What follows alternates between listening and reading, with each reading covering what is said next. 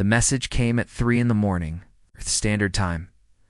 Admiral Kim Tae-ho was sleeping in his quarters aboard the United Earth command ship. Dauntless when his communication panel screamed to life. He had been a soldier for 40 years. He had seen wars, rebellions, and disasters. But nothing prepared him for what he saw on that screen. Frontier Colony 7 was burning. The footage showed massive ships hanging in the black sky like silver mountains. They were beautiful in a terrible way. Light wrapped around them like living cloth, shifting colors that human eyes could barely understand. These ships did not fire missiles or bullets. They simply glowed, and everything beneath them turned to ash. Tae-ho watched 3 million people die in under 10 minutes. "Commander?" Park Hannah burst into his quarters without knocking. Her face was pale, and her hands were shaking. She was the best tactical officer in the fleet, a woman who had never shown fear in 20 years of service. Now, she looked like a child who had seen a monster under her bed. "Sir," she said. They hit Colony 4 and Colony 12 at the same time. Same ships.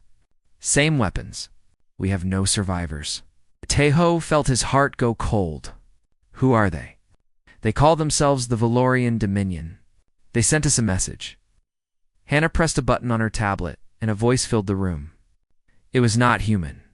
It sounded like wind passing through crystal caves, beautiful and cold at the same time. "We are the Valorian Dominion. We have ruled 3 galaxies for 10 million years. Your species has been judged. You will surrender your worlds, your ships, and your people. You will serve us, or you will die. You have 7 rotations to decide." The message ended. Tae-ho sat in silence for a long moment. 10 million years. Humanity had only been in space for 300.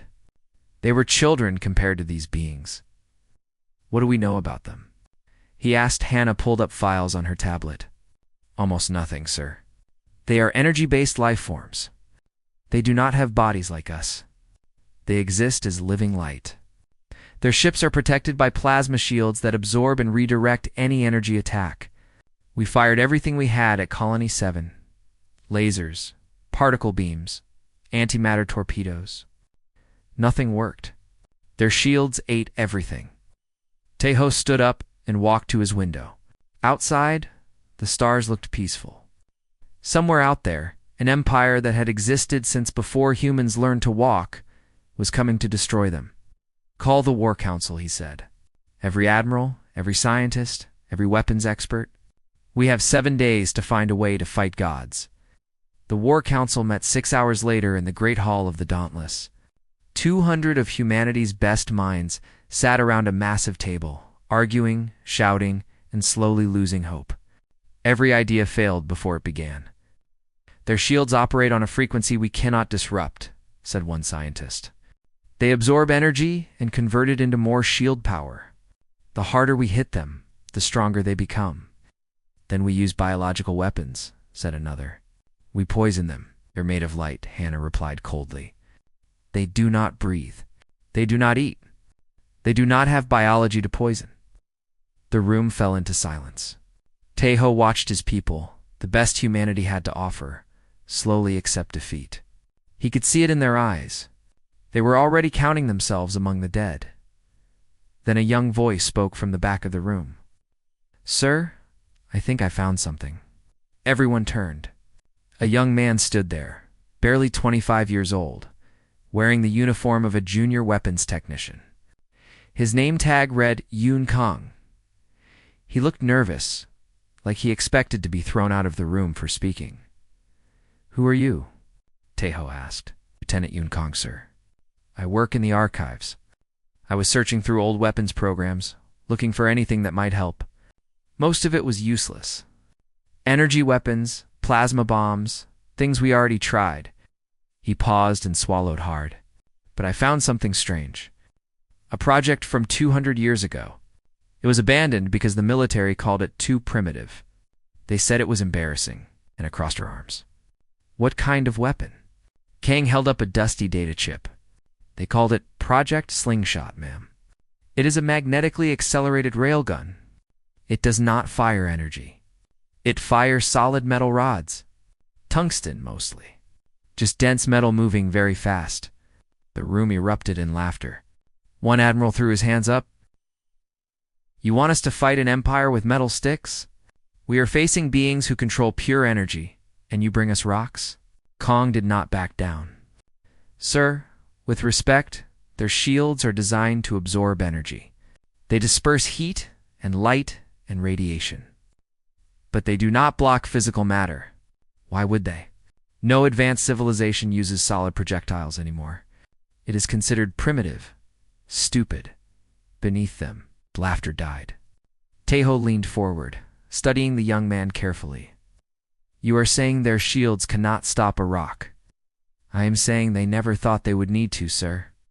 Their entire technology is based on energy manipulation. They evolved beyond physical matter millions of years ago. They forgot about it. They think throwing things is something only animals do. Silence filled the room again, but this time it was different. It was the silence of minds working, calculating, hoping. Commander Park Hannah was the first to speak. We need to test this. Now, within hours, a team pulled old railgun prototypes from storage. They were ugly machines, covered in dust and rust. Scientists and engineers looked at them with embarrassment. These weapons belonged in museums, not on warships. But somewhere in Teo's chest, something stirred. It felt like hope, small and fragile, but real. He looked at Lieutenant Yun Kong, who stood awkwardly among admirals and scientists 3 times his age. If this works, Taeho said quietly, you will have saved our species. Kong shook his head. I just read old files, sir. Our ancestors built this weapon. I only found it. Taeho smiled for the first time in days. Then let us see if our ancestors knew something that a 10-million-year-old empire forgot. Outside, the stars continued to shine. The Valorian Dominion was coming, confident in their ancient power, certain that nothing could challenge their might. They had no idea that humanity was about to fight back with the oldest trick in the universe, throwing rocks. The Lunar Weapons Research Facility had been abandoned for nearly a century. Dust covered every surface. Old machines sat silent in dark rooms, forgotten by a humanity that had moved on to better things. Energy weapons were cleaner, faster, more civilized. Nobody wanted to remember the days when humans killed each other with chunks of metal. Dr. Choi, Una had not set foot in this place for 50 years. She was 83 years old now, her hair white as snow, her back bent from decades of work. But her mind was still sharp as a blade. When the military called her, she thought it was a joke. When they explained the situation, she laughed until tears ran down her face. You need my railguns, she said to Admiral Kim Taeho through the video screen. After all these years, after everyone called me crazy and primitive and stupid, now you need them. Ho did not smile. Doctor, we have 6 days before an alien empire arrives to destroy us. I do not care about pride or embarrassment. I care about survival. Can your weapons hurt them? Yuna stopped laughing. She looked at the old admiral, saw the fear he was trying to hide, and felt something she had not felt in decades. Purpose. Send me everything you have on their shields, she said. I will be at the facility in 4 hours. She arrived to find a team already waiting. Chief Engineer Bei Wu-jin was a large man with grease on his hands and worry in his eyes. He had spent his career building starship engines, things of beauty and precision. The railgun prototypes looked like garbage to him. Doctor, he said carefully, these machines are 200 years old. They are held together with rust and hope. How can they fight something that destroys colonies? Yuna walked past him and placed her hand on one of the railguns. It was ugly. YEs, crude, simple. A magnetic tube that accelerated metal rods to extreme speeds using nothing but electromagnetic force. No explosives. No energy beams. Just physics, raw and basic. That is exactly why it will work, she said.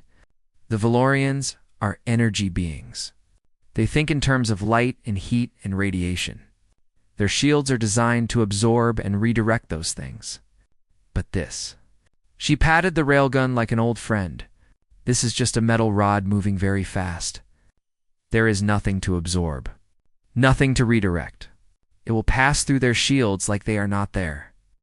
Wu Jin ran the simulations that night.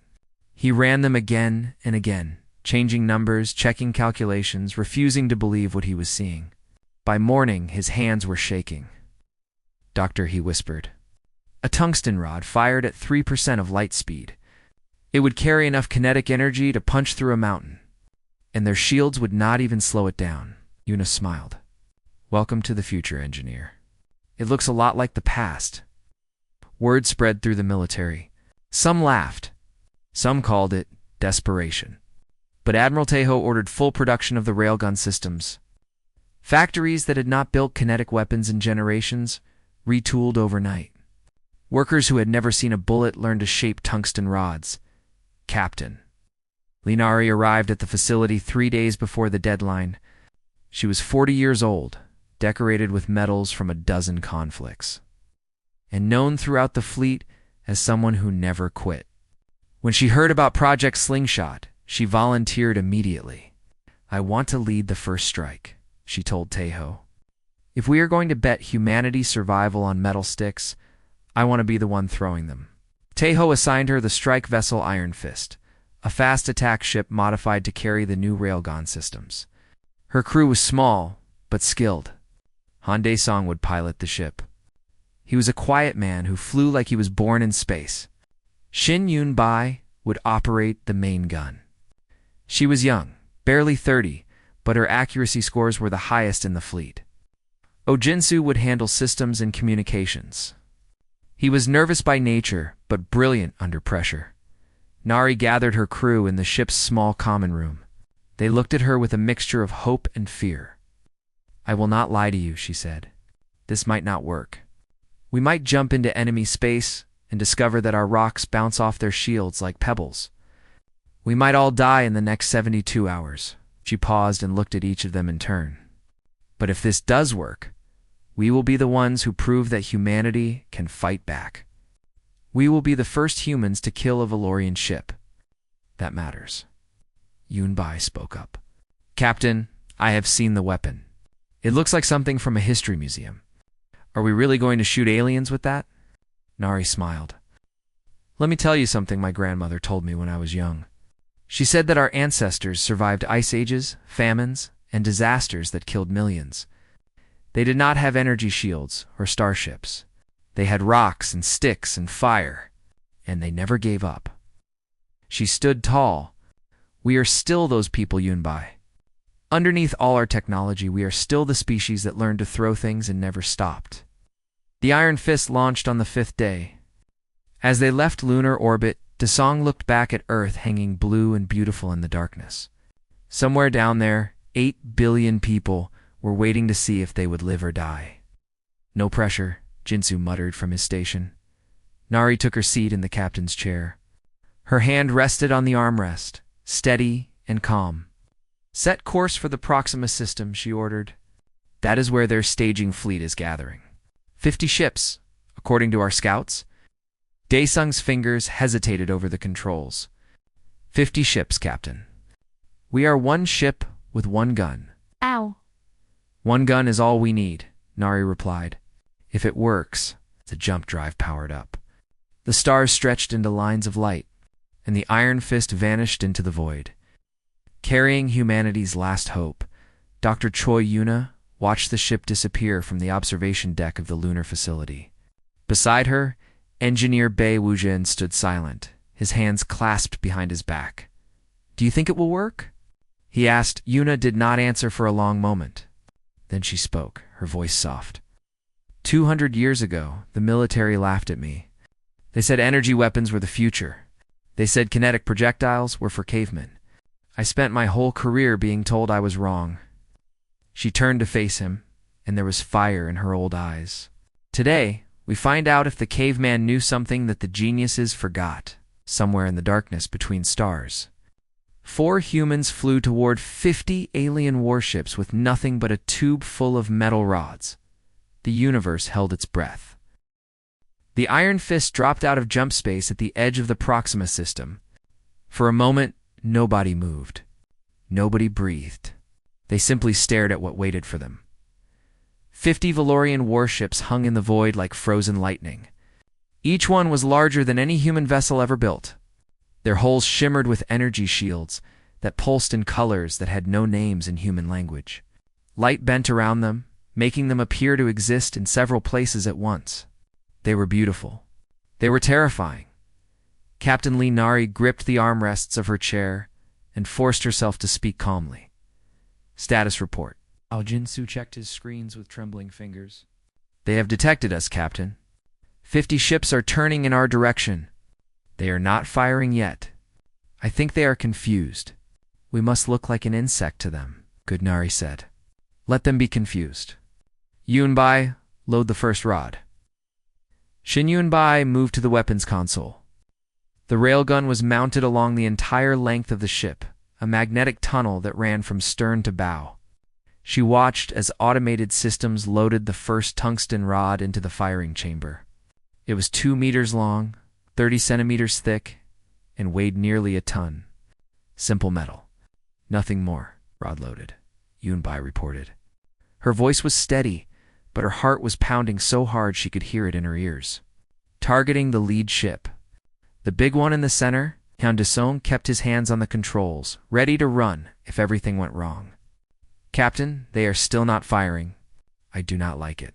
Nari understood. The Valorians had destroyed colonies with ease. They had killed millions without breaking stride. Why would they fear a single small ship? To them, the Iron Fist was nothing. A joke. They do not see us as a threat, she said quietly. They think we are here to surrender. Or maybe to beg, she leaned forward. Let us teach them what humans do when we are cornered. The main Valorian ship began broadcasting a message. Ginsu translated it on his screen. They are telling us to power down and prepare for capture. They say, resistance is meaningless. They say our technology is primitive. Nari smiled coldly. Tell them we agree. Our technology is very primitive. Then fire. Yunbai took a deep breath. She thought of her family back on Earth. She thought of the colonies that had burned. She thought of the 8 billion people waiting to know if they would live or die. Then she pressed the button. The iron. Fist shuddered as the railgun fired. Electromagnetic force grabbed the tungsten rod and accelerated it through the ship's length in a fraction of a second. The rod left the barrel at 3% of the speed of light, invisible to the naked eye, carrying more kinetic energy than a nuclear bomb. For 1.3 seconds, nothing happened. Then the Valorian flagship exploded. The rod passed through the energy shield like it was not there. It did not slow down. It did not stop. It entered the bow of the massive ship and punched straight through, tearing a hole the size of a house through every deck, every system, every structure. It exited the stern and kept going, vanishing into deep space, leaving a dying ship behind. The Valorian vessel split in half. Energy bled from its wounds like glowing blood. Explosions rippled along its hull.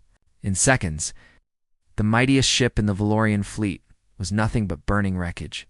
Silence filled the Iron Fist. Nobody spoke. Nobody could speak. They had just watched the impossible happen. Jinsu found his voice first. It worked, he whispered. It actually worked. The remaining Valorian ships froze. For a long moment, they did nothing. Nari could almost feel their confusion, their disbelief. For 10 million years, their shields had protected them from everything. No weapon had ever penetrated them. No enemy had ever harmed them. Now, a single primitive ship had destroyed their flagship with a piece of metal. They are panicking, Jinsu reported, his voice rising with excitement. Their communications are chaos. They do not understand what happened. They are asking each other what kind of weapon we used. Nari stood from her chair. Her blood was fire now, her fear replaced with something older and darker. The hunting instinct of a species that had clawed its way to the top of a deadly world. Fire everything, she ordered. Kill them all. Yunbai became a machine. She loaded and fired, her hands moving faster than thought. The railgun sang its terrible song, spitting tungsten rods into the void one after another. Each rod found its target. Each target died. The Valorian ships tried to run. They were too slow. They tried to fire back. Their energy weapons splashed harmlessly against the Iron Fist's simple metal hull. They had no defense against kinetic projectiles because they had never needed one. In 10 million years, no one had been stupid enough to throw rocks at them until now. 40-7 tungsten rods. 47 kills. The battle lasted less than 4 minutes. When it was over, the Proxima system was filled with debris. 47 Valorian warships, each one capable of destroying planets, reduced to shattered metal and dying light. 3 ships had escaped, fleeing into jump space, broadcasting warnings to the Dominion. Desung slumped in his chair, his face pale. We killed 50 ships. With metal rods. Metal rods. Nari opened a communication channel to Earth. Her voice was calm and clear. Admiral Tejo, this is Captain Lee Nari of the Iron Fist. Engagement complete. Enemy staging fleet destroyed. 47 confirmed kills. We used 47 rounds. She paused and allowed herself a small smile. Project Slingshot is a success. Repeat. The weapon works. Back on Earth, the War Council watched the battle footage in stunned silence. Admiral Tejo stood motionless, tears running down his weathered face. Around him, generals and scientists and engineers began to cheer. Dr. Choi Yuna sat in the corner, watching the footage over and over. The ancient ships, the glowing shields, the mighty Valorian fleet, and then the simple tungsten rods tearing through them like paper. She began to laugh. It was not a happy laugh. It was the laugh of someone who had spent a lifetime being told she was wrong, finally proven right in the most dramatic way possible. They spent 10 million years perfecting energy shields, she said to no one in particular. 10 million years, becoming masters of light and radiation and plasma. And we killed them with space rocks. Engineer Bei Wu-jin sat beside her, still trying to process what he had seen. How did they not see this coming? How did they not prepare for kinetic weapons? Yuna wiped her eyes and shook her head. Because they forgot, Engineer. They evolved beyond physical matter. They stopped thinking about it. To them, throwing things is what animals do. Primitive creatures. Insects. She smiled, and there was something fierce in her expression. They forgot that humans are animals. Very clever animals who never stopped being dangerous. On the Iron Fist, Yunbai sat at her weapons station, staring at her hands. Those hands had just killed hundreds of thousands of beings. Creatures older than human civilization. Beings of pure energy and light, and she had killed them with metal. Captain Nari placed a hand on her shoulder. You did well, Gunner. Yunbai looked up, her eyes wet. Captain, I killed them with rocks. Ancient aliens with technology we cannot even understand. And I killed them with rocks. Nari nodded. Yes, you did. And now, the rest of the universe knows something important about humanity. What is that? Nari looked out at the debris field, at the remains of an armada that had planned to enslave her species. They know that no matter how advanced we become, no matter how far we travel, we never forget how to be dangerous. We are the species that learn to throw things and kill with them, and we will never stop. The Iron Fist turned toward Earth, carrying news that would change the war. Behind them, the wreckage of the Valorian fleet drifted in the cold silence of space. A reminder to anyone watching, humanity throws rocks, and humanity does not miss. 3 months passed. 3 months of frantic work, sleepless nights, and the kind of desperate hope that keeps civilizations alive. Earth transformed itself into a fortress. Every factory that could shape metal began producing tungsten rods. Every shipyard that could build vessels began installing railguns. Admiral Kim Tae-ho watched the numbers grow every day. And for the first time since the war began, he allowed himself to believe they might survive. 3,000 railgun platforms now orbited Earth. Each one was crude, ugly, and utterly deadly. They hung in space like sleeping predators, waiting for prey. Lieutenant Yun Kong, the young archivist who had discovered Project Slingshot, now led the Kinetic Weapons Division. He had spent the 3 months improving the design. His team discovered that adding a spin to the tungsten rods increased their penetration power by 340%. They called the new design the spiral round. His simple physics, Kong explained to the War Council. A spinning projectile maintains its trajectory better and concentrates force on a smaller point of impact. Our ancestors knew this thousands of years ago when they invented rifles. Commander Parkana shook her head in disbelief. We are using rifle technology to fight aliens. Or using physics to fight aliens, Kong corrected. Physics does not care how old you are or how advanced your shields are. A rock moving fast enough will kill anything. The 3 Valorian ships that escaped the Proxima battle had carried their warnings back to the Dominion. For weeks, nothing happened. Some hoped the Valorians would give up, except that humanity had found their weakness, and leave them alone. Admiral Tejo knew better. He had seen the footage from the destroyed colonies. He had watched millions of his people die in minutes. The Valorians were not the kind of enemy that retreated. They were the kind that doubled down. He was right. The warning came on a cold Tuesday morning. Long-range sensors detected a massive energy signature entering the solar system. Jin Su, now assigned to Earth Command, ran the calculations 3 times before reporting. 500 ships, Admiral. The Valorian Second Fleet. They will arrive at Earth in 16 hours. Tejo felt the weight of the moment settle on his shoulders. 500 ships. 10 times the force that had been destroyed at Proxima. The Valorians were not taking chances this time, but neither was humanity. Sound the alert, he ordered. All railgun platforms to combat status. All defense ships to their positions. He paused and looked around the command center at the men and women who had worked so hard to give humanity this chance. Today we find out if 3 months of preparation was enough.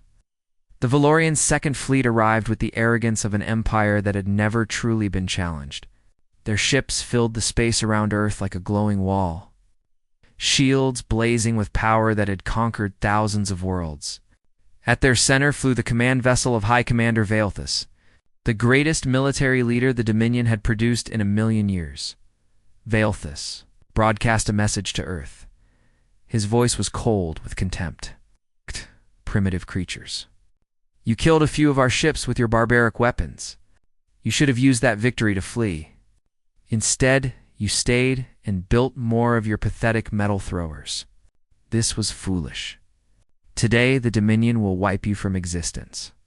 Your species will be forgotten. Your world will be glass. Park Hannah listened to the message and felt her jaw tighten. He thinks we are scared. He thinks we are desperate. Tejo smiled grimly. We are desperate. But desperate humans are the most dangerous creatures in the universe. Give the order, Commander. Hannah leaned forward and spoke into the fleet-wide channel. All platforms, all ships, weapons free. Kill them all. 3,000 railguns fired simultaneously. The sky above Earth filled with tungsten rods, spiraling through the void at unimaginable speeds. They crossed the distance to the Valorian fleet in seconds. Invisible streaks of death that made no sound in the vacuum of space. The first wave of rods hit the front line of Valorian ships. Shields flared uselessly as metal punched through them. Hulls cracked. Reactors exploded. Ships died. Vaelthus watched in horror as 50% of his vessels vanished in the first 10 seconds. His tactical screens went mad, displaying damage reports faster than anyone could read them. Evasive maneuvers. He screamed. Return fire. Destroy their platforms. His fleet tried to scatter. They were too slow. The railguns tracked and fired, an endless rain of metal that turned warships into tombs. Valorian energy weapons lashed out at Earth's defense grid, but the platforms were small and spread across thousands of kilometers. For every platform they destroyed, 10 more fired back. The battle lasted 14 minutes. Vaelthus watched his fleet die around him. He watched ships that had served the Dominion for millennia burst apart under the impact of simple metal rods. He watched the accumulated power of 10 million years prove worthless against weapons that any primitive species could build. His command vessel shuddered as 3 rods hit it simultaneously. Alarms screamed. Energy bled from torn systems. Veilthus felt his physical form begin to destabilize as the ship's power failed. His last transmission to the Dominion was a single sentence. They throw metal. We cannot stop metal.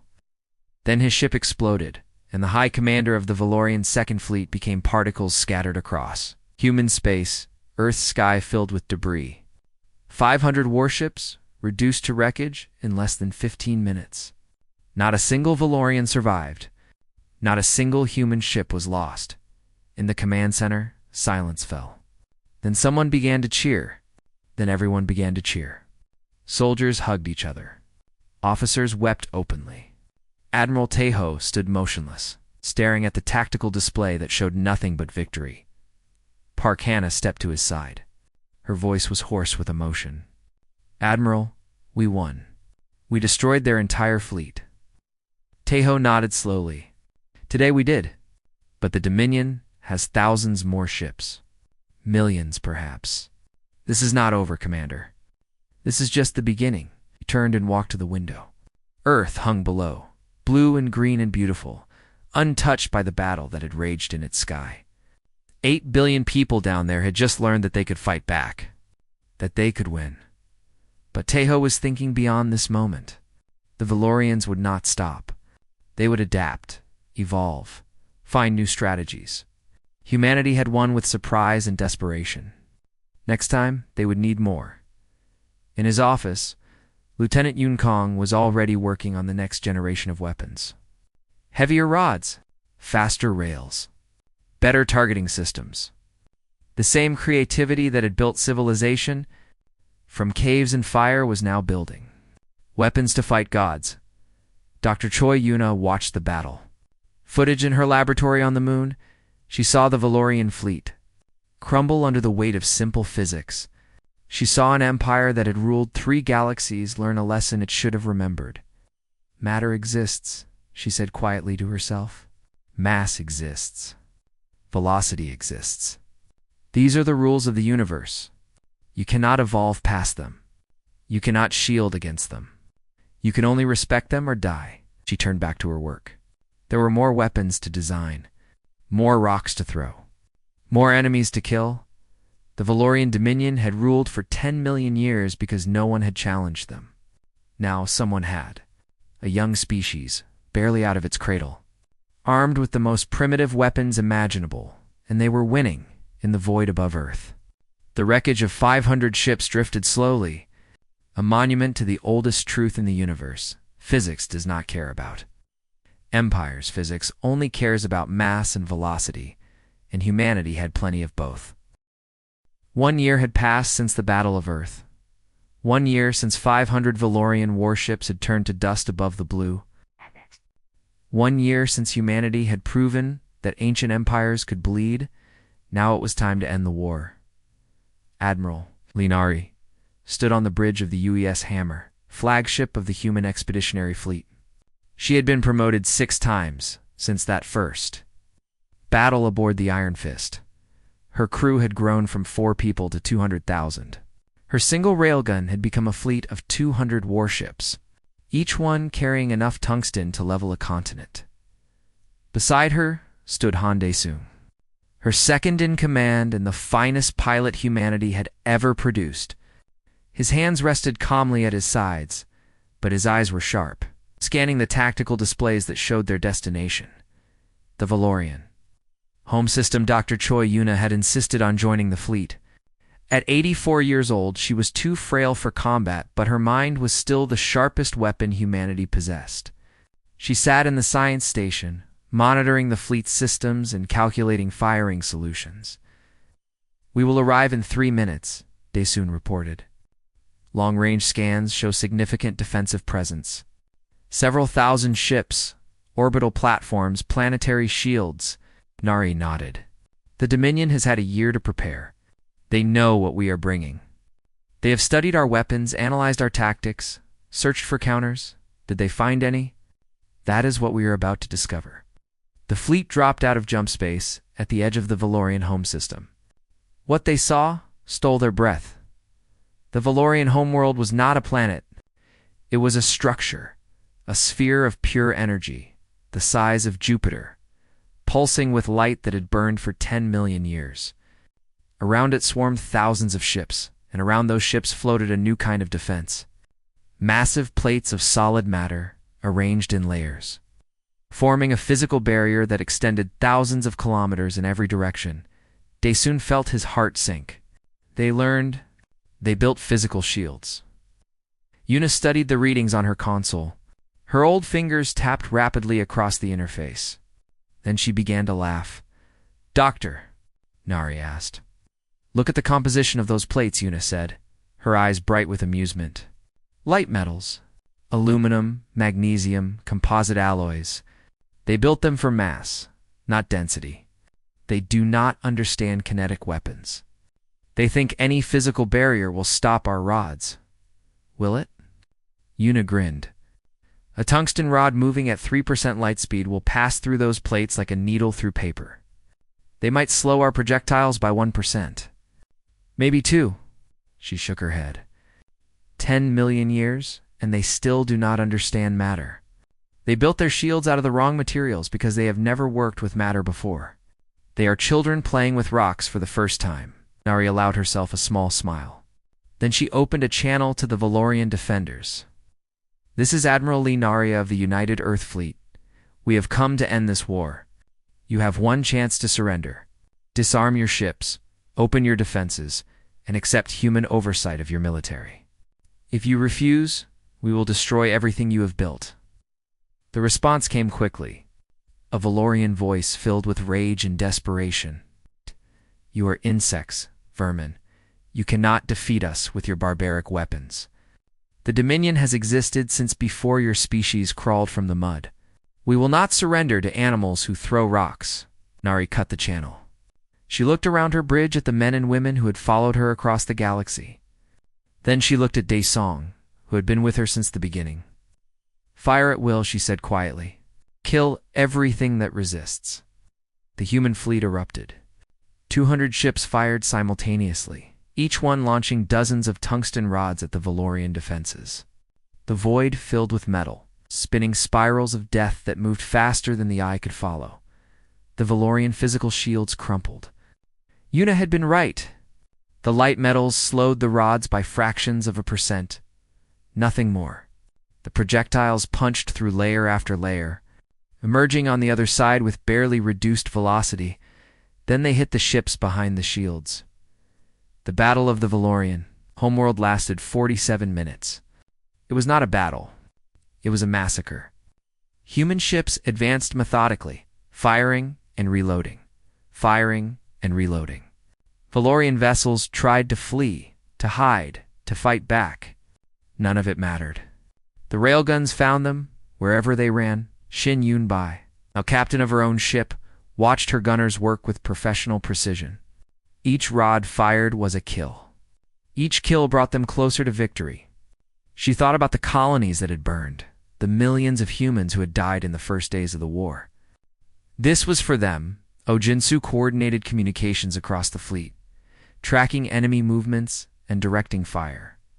He had overcome his nervous nature through experience, transformed into a calm professional who treated apocalyptic warfare like any other job. When a cluster of Valorian ships tried to flank the human formation, he identified them immediately and called in strikes that reduced them to vapor as the last Valorian warship died. Admiral Nari directed her fleet toward the homeworld itself. The sphere of energy pulsed with distress, its light flickering in patterns that almost looked like fear. "Open a channel to the Valorian High Council," Nari ordered. Wide broadcast. The connection established. Valorian voices filled the bridge, overlapping in panic and disbelief. "We see you," Nari said calmly. "We have destroyed your fleet. We have broken your shields. We now have 3,000 tungsten rods aimed at your capital cities. You will surrender unconditionally, or we will fire." Silence.